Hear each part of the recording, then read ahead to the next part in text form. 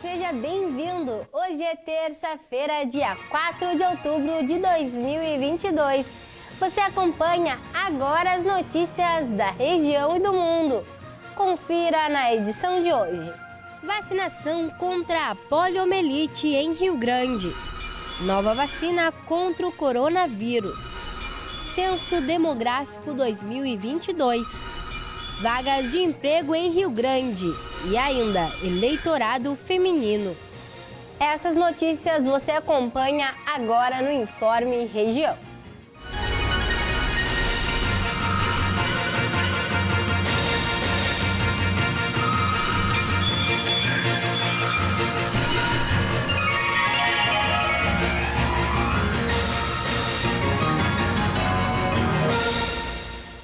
Começa o jornal de hoje trazendo as oportunidades de emprego do Cine Rio Grande.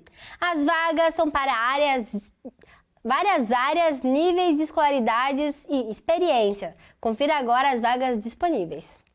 As vagas ofertadas pelo Cine Rio Grande nesta terça-feira são vagas para açougueiro com experiência, 2 encaminhamentos e operador de pá carregadeira com experiência e curso. São 6 encaminhamentos. Ainda há uma vaga para pessoas com deficiência. Cobrador de ônibus. O Cine Rio Grande adverte que o número de encaminhamentos estão ao lado das vagas. Este número pode ser alterado, pois nele estão incluídas as pessoas que se candidatam pela internet. O Cine Rio Grande está localizado na rua Vice-Almirante Abreu, número 737. Os meios de contato são estes que estão na tela.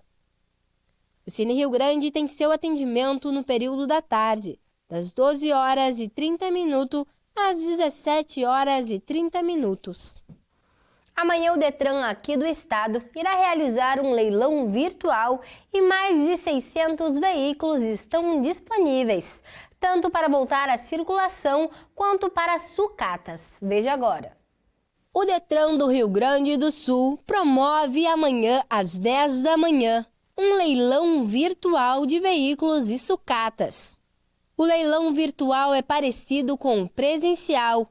Em vídeo ao vivo, o leiloeiro apresenta os lotes e os arrematantes enviam seus lances.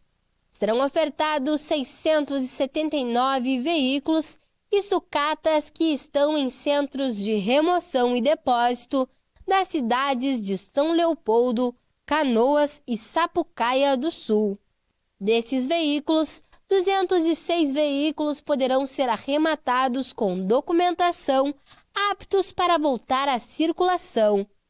Os centros de desmanche de veículos credenciados ao Detran RS podem adquirir 473 itens para comércio das peças ou reciclagem. A imunização contra a poliomielite continua aqui em Rio Grande até o dia 22 de outubro. A cobertura vacinal de crianças de 1 a 4 anos desta idade ainda está muito abaixo do esperado. Vale reforçar a importância dessa vacinação, já que foi erradicada no país há mais de muitos anos. Veja agora o cronograma da vacinação. Devido à baixa procura da vacinação contra a poliomielite no município do Rio Grande, a gotinha segue disponível para crianças de 1 até 4 anos de idade até o dia 22 de outubro aqui na cidade. A Secretaria da Saúde também está fazendo busca ativa nas escolas, em parceria com a Secretaria de Educação, para abranger mais crianças vacinadas. Confira agora o local e o horário para levar seus filhos para fazer a gotinha. No posto 4, Canalete, das 9 horas ao meio-dia. Na sala extra do cassino, das 9 horas ao meio-dia. Na UBS Parque Marinha, das 9 horas ao meio-dia. O horário de atendimento de todas as UBSs do município do Rio Grande é das 9 horas ao meio-dia. Vale lembrar que os documentos necessários para a vacinação são o CPF, o cartão SUS, a identidade ou certidão de nascimento das crianças e a caderneta de vacinação. E ainda falando sobre vacinação, a Agência Nacional da Vigilância Sanitária autorizou um novo ensaio clínico para o imunizante contra a Covid-19.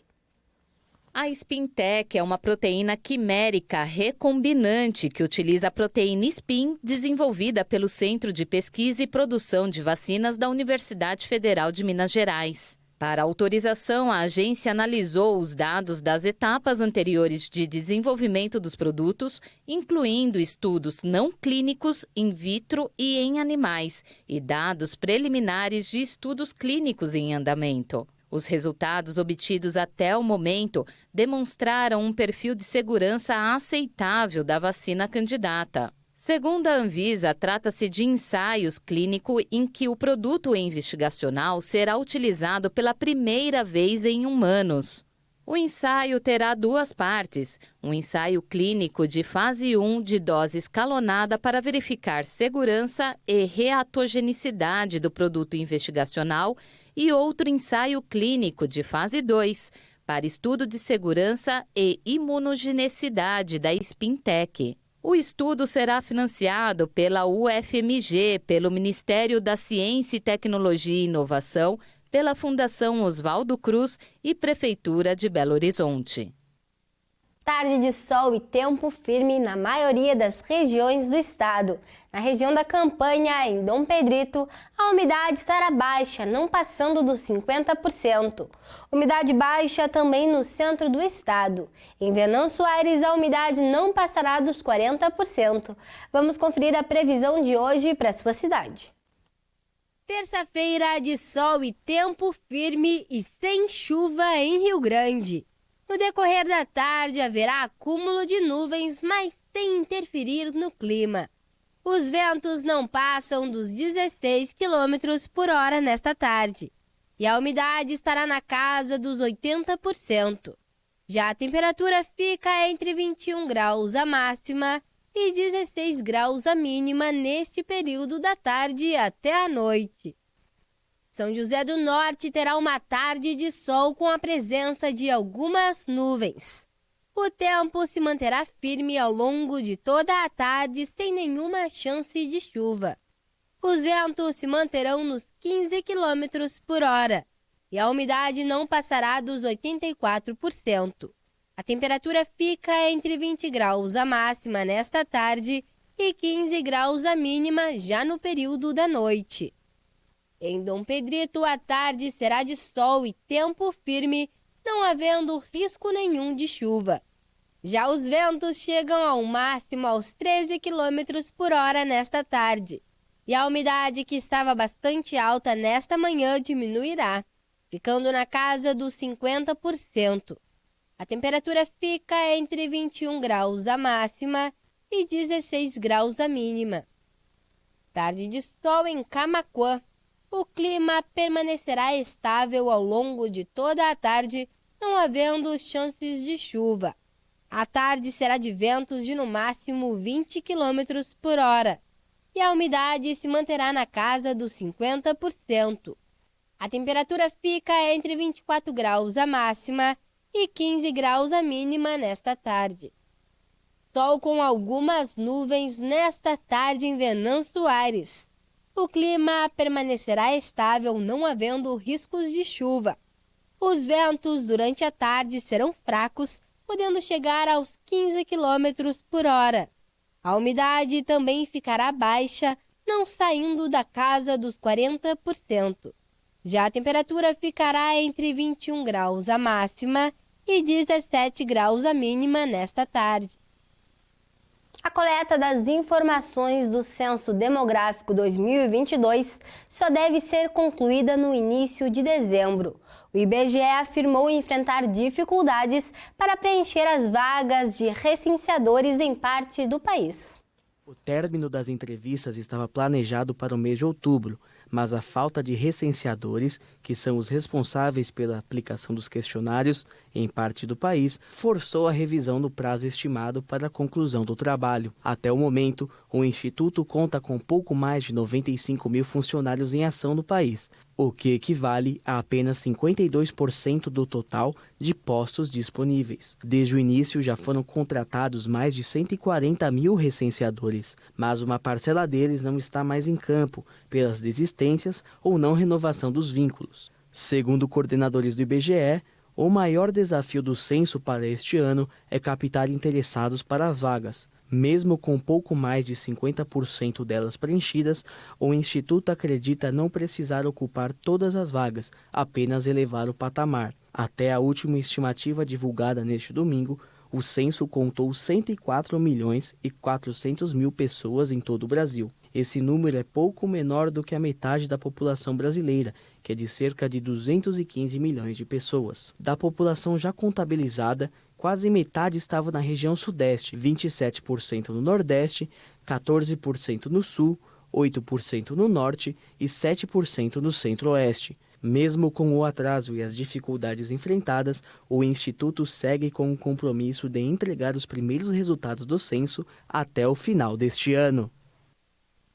Faz 90 anos que as mulheres conquistaram o direito de votar no Brasil. E hoje o eleitorado feminino é maior que o masculino. São 53% de mulheres e 47% dos homens. O direito ao voto é um dos direitos mais importantes da democracia. Mas durante muito tempo, muitos grupos não puderam exercer a cidadania, como as mulheres. Em vários países do Ocidente, o voto feminino só foi possível graças a muita luta. No Brasil, não foi diferente. Mulheres de diferentes classes sociais, movidas pelo desejo de direitos iguais, fizeram esforços surreais para conquistar espaço na política. Uma luta que começou no final do século XIX, com a promulgação da Lei Saraiva, que trouxe grandes modificações para o sistema eleitoral brasileiro. Uma delas foi garantir que todos os brasileiros com títulos científicos pudessem votar. No início do século XX, a causa do voto feminino até acarretou o surgimento de associações, instituições e partidos em defesa dessa pauta. E as primeiras conquistas começaram a ser percebidas. O estado pioneiro foi o Rio Grande do Norte, onde foi aprovada uma lei que garantia o direito de voto às mulheres. Apesar do avanço do Rio Grande do Norte, o país continuava omisso. As brasileiras tiveram que esperar a mudança do Código Eleitoral em 1932 para exercer o direito de votar.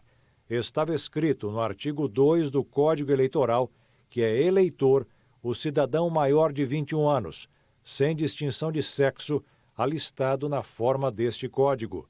Assim, as mulheres poderiam votar desde que tivessem mais de 21 anos e fossem alfabetizadas. Atualmente, o voto é um direito assegurado a todo cidadão brasileiro, incluindo os analfabetos. Ficou estabelecido também que o voto seria obrigatório e secreto, e foram abolidas as restrições de gênero.